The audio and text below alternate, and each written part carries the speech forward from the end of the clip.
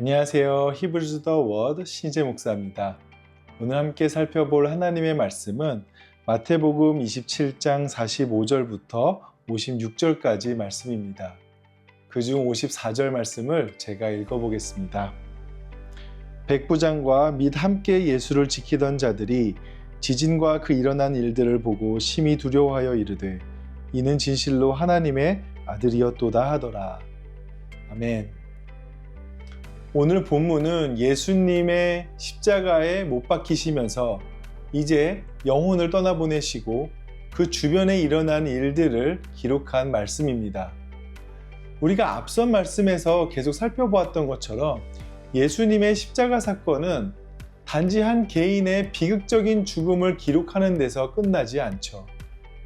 오히려 이 말씀은 우리가 너무도 당연하게 여겨왔던 세상의 질서에 맞서 예수님의 주 되심이라는 새로운 질서가 어떻게 드러나는지를 보여줍니다. 그리고 그 절정이 오늘 본문에서 더 선명하게 나타나는 것을 볼 수 있는데요. 오늘은 심판, 새 창조, 그리고 참된 왕과 참된 백성이라는 큰 세 가지 흐름으로 십자가 사건이 어떻게 하나님 나라를 드러내고 있는지 살펴보도록 하겠습니다. 먼저 십자가 사건 속에서 하나님 나라의 심판이 드러납니다. 본문 45절과 46절을 보게 되면 제6시부터 제9시까지 온 땅에 어둠이 임한다 라고 하죠. 그리고 예수님께서 어찌하여 나를 버리셨나이까 하고 외치는 장면이 나옵니다. 여기서 나오는 어둠은 단순한 자연현상이 아닙니다. 구약에서 어둠은 심판의 표지로 자주 등장하기 때문입니다. 종종 선지서들은 종말을 낮에 어둠이 임하는 것과 연관시키기도 하죠. 그렇기 때문에 십자가 사건 때 임한 어둠은 예수를 죽인 세력들과 그들이 붙들고 있던 세상 질서 위에 드리워진 하나님의 심판의 그림자라고 볼 수 있습니다. 또한 어찌하여 나를 버리셨나이까의 외침은 시편 22편의 맥락 속에서 읽히도록 마태는 우리를 이끌고 있다는 거죠. 시편 22편의 내용을 보게 되면 궁극적으로 모든 이방인들이 하나님을 예배하게 된다라는 구원과 승리로 끝맺는다는 것을 볼 수 있습니다. 제가 시편 22편의 27절과 28절 말씀을 한번 읽어보도록 하겠습니다. 땅의 모든 끝이 여호와를 기억하고 돌아오며 모든 나라의 모든 족속이 주의 앞에 예배하리니 나라는 여호와의 것이요 여호와는 모든 나라의 주 되심이로다. 아멘. 결국 마태는 예수님의 십자가를 통한 세상의 심판 가운데 십자가의 참혹한 너머에 있는 하나님의 거대한 구원 계획을 암시하고 있다라는 겁니다. 결국 하나님 나라는 심판을 무시하는 것은 아니지만 그 심판의 자리를 예수님께서 몸소 짊어지심으로 구원의 길을 열고 계신다는 것이죠. 그런데 이 심판은 단지 어둠과 예수님의 외침만으로 끝나지 않습니다. 예수님의 죽음은 곧바로 세상의 오래된 질서를 흔들고 새로운 질서의 시작을 알리고 있기 때문인데요. 본문 51절에서 53절까지 말씀을 보시게 되면 여러 가지 일들이 일어나는 것을 볼 수 있습니다. 성소 휘장이 위에서 아래로 찢어지고 땅이 진동하고 바위가 터지고 무덤이 열리면서 자던 성도들의 몸이 많이 일어난다라고 기록됩니다. 성전의 휘장이 찢어지는 사건은 성전 중심으로 구성되었던 옛 질서가 더 이상은 유지될 수 없음을 보여줍니다. 동시에 하나님을 독점하듯 붙잡고 있었던 종교 지도자들의 체제가 무너지고 있음을 드러냈죠. 그리고 지진과 바위가 터지고 잠들었던 성도가 일어나게 된다라는 모습은 옛 시대가 끝나고 하나님 나라의 새 창조가 이미 예수님의 죽음을 통해 시작되었음을 알리는 징조로 볼 수 있는 겁니다.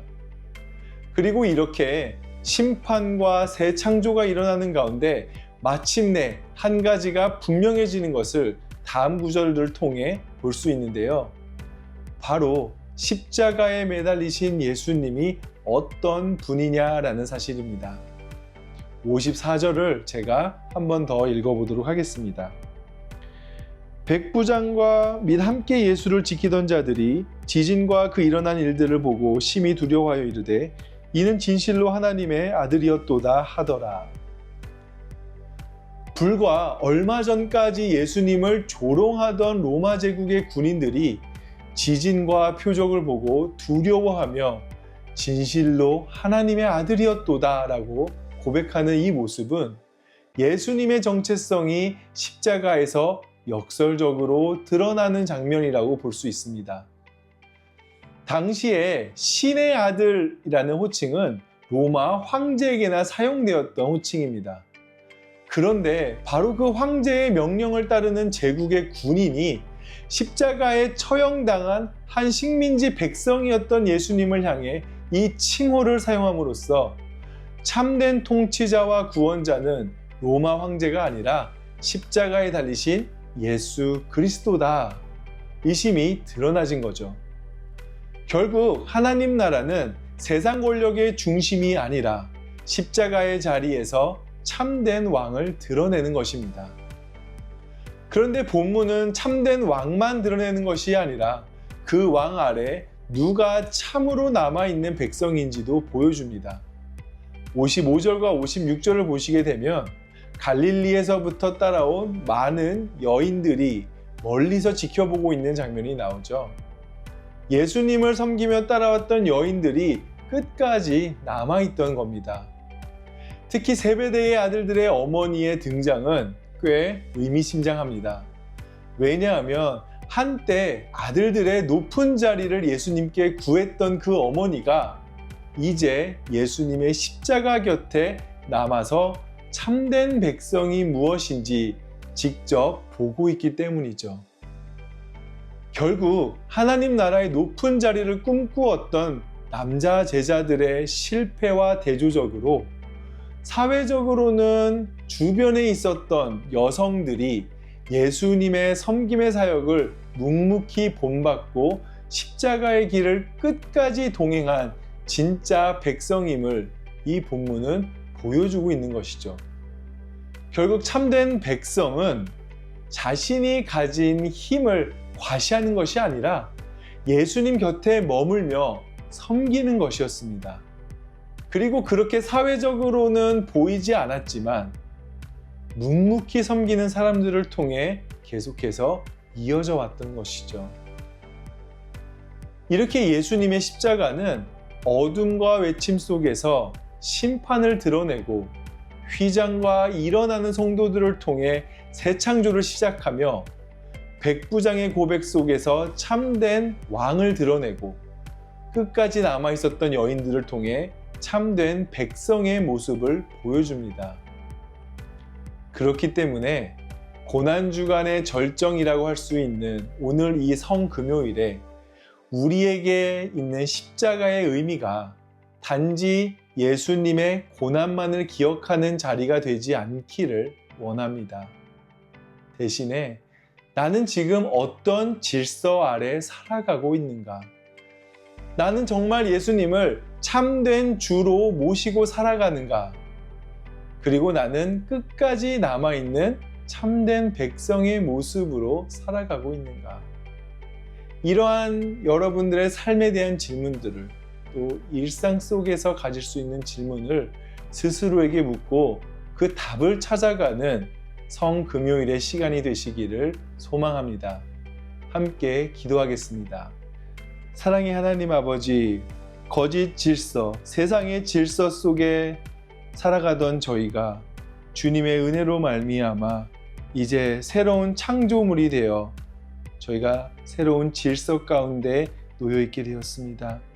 그럼에도 계속해서 우리에게 남아있는 옛 질서들이 새 질서를 무너뜨리려 할 때 십자가에 매달리신 예수님을 저희가 떠오르며 그 주님을 붙잡을 때 다시 저희가 이전의 가치관들을 잊고 새 질서인 주님의 가치관을 붙잡고 살아갈 수 있는 주님의 성도가 될 줄 믿습니다. 참된 백성이 될 줄 믿습니다. 우리가 그 예수님의 십자가를 바라볼 때 참된 백성으로서의 삶을 떠올리며 세상 가운데에 주님과 같이 주님이 보여주신 모습으로 우리가 세상 가운데 주님의 주되심을 나타내게 해주시옵소서. 그렇게 함께 하실 줄 믿사오며 감사드리며 예수님 이름으로 기도드렸습니다. 아멘.